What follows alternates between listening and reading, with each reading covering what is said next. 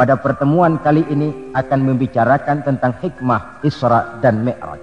Satu peristiwa masa lampau yang tetap tidak kehilangan relevansinya untuk kita jadikan pelajaran bagi kita yang hidup di penghujung abad ke-20 ini. Kalau kita perhatikan, hampir setiap bulan dalam Islam ini mempunyai nilai-nilai sejarah. Kalau kita bicara Muharram misalnya, kita diingatkan dengan peristiwa hijrah. Kita bicara Ramadan, diingatkan dengan peristiwa nuzulul Quran. Kita bicara bulan Zulhijjah, diingatkan dengan peristiwa kurban. Kita bicara bulan Syawal, diingatkan dengan Idul Fitri. Kita bicara bulan Rabiul Awal, diingatkan dengan Maulid Nabi. Dan kalau kita bicara bulan Rajab, kita diingatkan kepada peristiwa Isra dan Mi'raj. Sebagai yang kita maklum, Quran itu memang bukan kitab sejarah. Tetapi Al-Quran banyak menceritakan peristiwa-peristiwa bersejarah. Dan kalau kita perhatikan, gaya bahasa yang digunakan oleh Al-Quran dalam menceritakan peristiwa-peristiwa bersejarah itu berbeda satu dengan lainnya.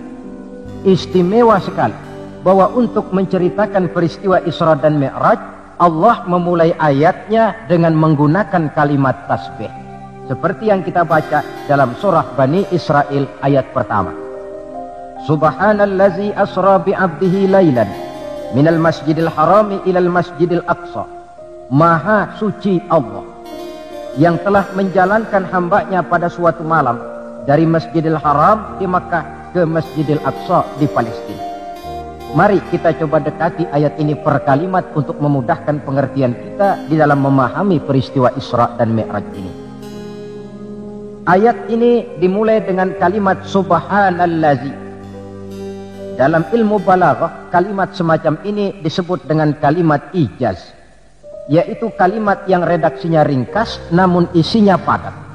Di situ ada kata yang tersirat, yakni lafzul jalalah, sehingga asli kalimatnya subhanallahillazi, maha suci Allah, dan ini disebut dengan kalimat tasbih. Banyak peristiwa-peristiwa bersejarah yang diceritakan dalam Al-Quran, tetapi jarang yang diawali dengan kalimat tasbih. Al-Quran menceritakan bagaimana Allah menciptakan Nabi Adam, tidak dimulai dengan kalimat tasbih. Al-Quran menceritakan bagaimana Fir'aun dan bala tentaranya ditenggelamkan di Lautan Merah. Itu kejadian hebat, tidak dimulai dengan kalimat tasbih. Pun Al-Quran menceritakan bagaimana umatnya Nabi Saleh, umatnya Nabi Hud dan lain sebagainya yang ditelan gempa bumi, ditiup angin topan, seluruhnya diceritakan dalam Al-Quran, tetapi tidak satu pun yang dimulai dengan kalimat tasbih. Istimewa untuk menceritakan Isra dan Mi'raj ini, Allah memulai ayatnya dengan kalimat tasbih. Subhanallazi, maha suci Allah, maha suci dari segala kelemahan, maha suci dari segala kekurangan, maha suci dari segala ketidakmampuan. Allah mempertaruhkan kesuciannya untuk menjamin kebenaran peristiwa Isra dan Mi'raj. Dan sebagai pertanda, Isra dan Mi'raj bukan sekedar peristiwa biasa, tetapi Isra dan Mi'raj adalah peristiwa yang amat sangat luar biasa, sampai Allah memulai ayatnya dengan menggunakan kalimat tasbih. Apa hikmah yang bisa kita ambil dari kalimat tasbih ini? Saudara, kita tahu di dalam agama kita ini kan ibadah macam-macam. Ada ibadah yang berat dan modalnya juga besar. Membangun masjid berat dan perlu biaya besar. Melaksanakan ibadah haji berat dan perlu biaya besar menurut umumnya ukuran ekonomi bangsa kita. Ini jenis ibadah yang berat dan perlu modal besar. Lalu ada pula ibadah itu yang berat tapi modalnya ringan, seperti puasa. Puasa itu kan berat, puasa itu bukan menahan lapar dan hausnya yang berat, tetapi esensi puasa itu sendiri, yakni kemampuan mengendalikan nafsu. Kita ini kan kalau sedang puasa, lapar sih tahan, tapi marah kadang-kadang nggak tahan.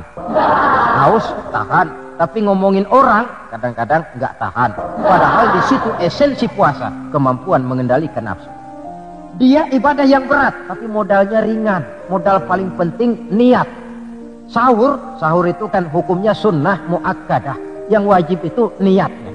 Ini jenis ibadah yang berat tapi modalnya ringan. Lalu ada pula ibadah itu yang ringan, modalnya pun ringan. Agama menyebutnya dengan kalimatut thayyibah, ucapan-ucapan yang baik yang banyak diajarkan oleh agama kita. Bertemu teman, assalamualaikum, ibadah. Memulai pekerjaan, bismillahirrahmanirrahim, ibadah. Melihat sesuatu yang hebat, masya Allah. Melihat sesuatu yang luar biasa, subhanallah. Terkejut, astagfirullah. Mendapat nikmat, alhamdulillah. Terkena musibah, inna lillah wa inna ilaihi raji'un. Ibadah dengan modal yang ringan berupa mengucapkan kata-kata yang baik yang banyak diajarkan oleh agama kita. Ini kan ringan. Orang tidak perlu syarat toharoh, orang tidak punya wudhu itu istighfar boleh. Tidak punya wudhu itu baca sholawat boleh. Membiasakan ucapan-ucapan yang baik di dalam kehidupan. Itu hikmah yang kita ambil dari kalimat subhanallah. Kalimat selanjutnya asra. Maha suci Allah yang telah menjalankan. Asal kalimat asra ini sara yasiru. Lalu dibentuk dalam bentuk majhul menjadi asra yusri isra'an. Maha suci Allah yang telah menjalankan. Segera nampak dari ayatnya saudara-saudara, bahwa dalam peristiwa Isra dan Mi'raj itu yang aktif sebenarnya Allah. Nabi pasif. Allah yang menjalankan, Nabi yang dijalankan. Orang dijalanin tentu terima beres, namanya juga dijalanin. Maka tidak heran kalau beliau berangkat dari Mekah, kemudian menuju Masjidil Aqsa di Palestina. Dari sana naik ke langit pertama, 2, 3, 4, 5, 6, 7. Dari sana naik lagi ke Rafraful Akhdar, sampai ke Sidratil Muntaha, sampai di bawah Aras, menerima perintah sholat, melakukan kunjungan ke surga dan neraka, kembali lagi ke Mekah tidak lebih daripada 1/3 malam. Kok bisa ya? Kalimatnya asra. Allah yang menjalankan, Nabi yang dijalanin. Tentu saja karena dijalankan, oh beliau lalu terima beres. Andai kata Rasul berjalan sendiri, terang beliau tidak akan mampu menempuh jarak yang demikian jauh dalam waktu yang relatif singkat. Artinya, di dalam memahami peristiwa Isra dan Mi'raj ini, yang dipakai bukan logika intelektualitas manusia, tetapi logika kemahakuasaan yang mutlak dari Allah Subhanahu wa Ta'ala. Satu contoh kecil. Saya satu hari berangkat ke Bogor. Jam 9 saya berangkat dari rumah, ambil baju di lemari, saya pakai. Berangkatlah saya ke Bogor. Saya tidak tahu kalau di kantong baju saya ada semutnya. Saya pun berangkat ke Bogor. Jam 10 sampai di Bogor, 10:30 urusan selesai, kembali lagi ke rumah, 11:30 sudah sampai di rumah. Baju saya buka, saya gantung kembali di lemari. Semutnya keluar dari kantong, cerita sama teman-temannya. Saudara-saudara bangsa semut, percayalah saya baru saja pulang dari Bogor. Kata temannya, jam berapa kau berangkat? Tadi jam 9. Lalu 11:30 sudah sampai lagi di sini? Iya. Temannya yang berpikir menurut logika semut, mana mungkin percaya. Tentu akan berkata, bagaimana mungkin mut? Badanmu begitu kecil, jalanmu begitu lambat, masa ke Bayoran Bogor jam 9 berangkat, 11:30 sudah pulang lagi? Temannya tidak tahu, semut bukan jalan sendiri, tapi nyempeng di kantong saya. Dahulunya Abu Jahal, Abu Lahab, dan abu-abu lainnya, itu mikirnya pakai logika manusia. Ya jelas kok, peristiwa ini tidak akan bisa dicernakkan oleh logika. Karena itu kalau sedikit orang mau merenungi ayatnya, tidak terlalu sulit memahami Isra dan Mi'raj. Dia kehendak Allah, bukan kehendaknya Rasulullah Sallallahu Alaihi Wasallam. Ini kalimat asra. Kemudian kalimat bi'abdihi, maha suci Allah yang telah menjalankan hambanya. Kenapa kok Allah memakai kalimat tidak langsung?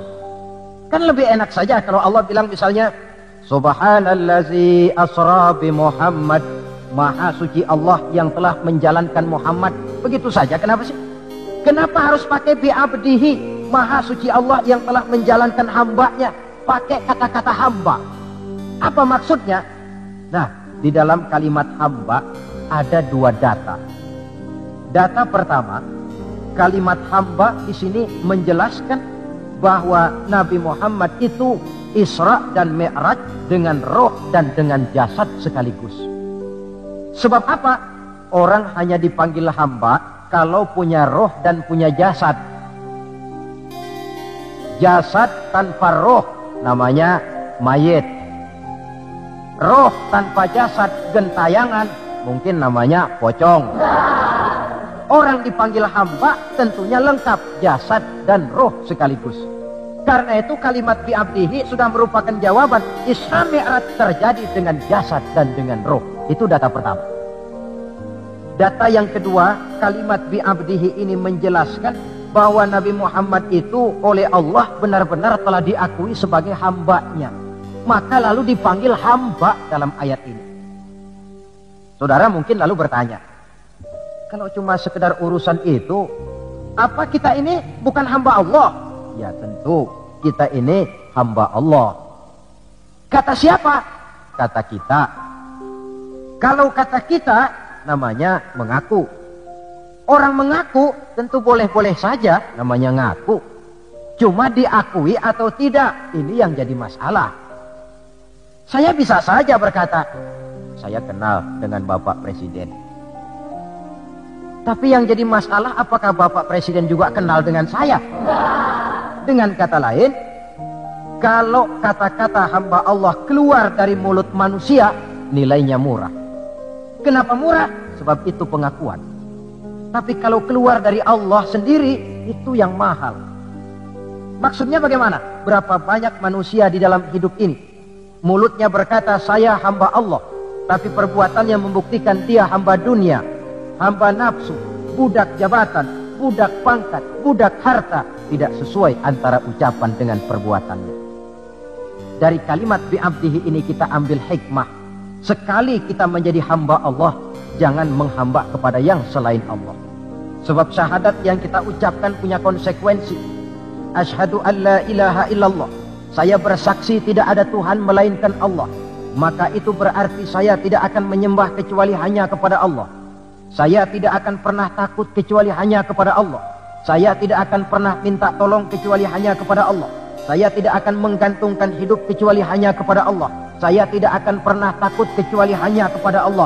Konsekuensi yang logis daripada ucapan kalimat syahadat itu.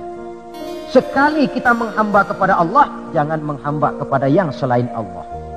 Adapun Nabi sebelum dipanggil bi'abdihi dalam ayat ini, kita baca dari sejarah, tahun-tahun sebelum beliau dipanggil dengan kalimat bi'abdihi, tahun kelabu, amul huzni dalam sejarah itu, tahun duka cita. Beliau ditinggal oleh paman tercinta Abu Thalib. Setelah paman tercinta meninggal, istri tercinta pun wafat, Khadijah. Wafat kedua pelindung ini makin meningkat gangguan kafir Quraisy. Dihina, dicemoohkan, dicaci maki, dilontari dengan kotoran unta, bahkan akan diancam untuk dibunuh. Lulus menghadapi semua itu, Allah panggil beliau bi'abdihi. Seolah-olah Allah mengatakan, Muhammad itu betul-betul hambaku, tidak bergeser nilai kehambaannya apapun yang menimpa dia.